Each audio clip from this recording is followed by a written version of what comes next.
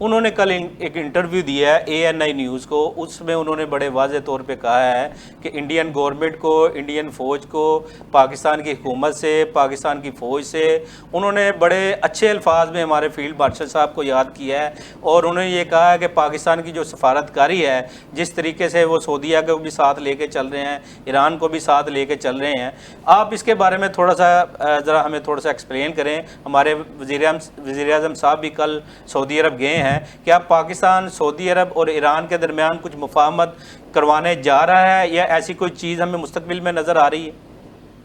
شیخ صاحب ایسی چیزیں دوبارہ پبلک میں نہیں بتائی جاتی, آپ اور میں ظاہر وزٹ سے ہی گیس کرتے ہیں, آفیشلی تو گورنمنٹ نہیں بتاتی ایسی چیزیں کہ کہاں تک کس ملک کو ہم نے قائل کیا ہے اور کتنا, لیکن ظاہر ہے یہاں تک میں ضرور کہہ سکتا ہوں کہ پاکستان کی ایک طرف سینسٹیو پوزیشن ہے کہ ہمارا ایران بارڈر ملک ہے, وہاں پہ ہم ٹینشن, انگزائٹی یا اینٹی پاکستان کوئی اسٹیٹ حکومت نہیں دیکھنا چاہیں گے, نمبر 1. لیکن ہمیں ایڈوانٹیج بھی بہت ہے, ایران ہماری بات بھی سن رہا ہے, ہمارے 78 سال سے 79 سال سے تعلقات بھی بہت اچھے ہیں, روس کے ساتھ سعودی عرب کے ساتھ ہمارا بہت کلوز برادرلی ریلیشن ادھر بھی ہیں, تو آئی تھنک ہم بہت ایک ویلیو ایڈ کر سکتے ہیں اس انگزائٹی کو تاکہ ڈائی ڈاؤن کرے اور ایک پازیٹیو بن کر ہم ایک یونٹی کے ساتھ نکال سکیں دونوں برادر ملکوں کو, تاکہ اسرائیل کو سیلیبریٹ کرنے کا کوئی موقع نہ ملے. جی سر, بہت شکریہ آپ کا. جی سر, جس طریقے سے ہم گفتگو کر رہے تھے, خالد چشتی صاحب ہمارے ساتھ موجود تھے. سر وقت کی قلت تھی جس کی وجہ سے جو ہے ہم مزید سر ہم جو ہے آپ سے گفتگو کا سلسلہ جو ہے وہ شروع کروں گی, لیکن ابھی یہاں پہ وقت تو ایک شارٹ بریک کا, بریک کے بعد حاضر ہوتے ہیں.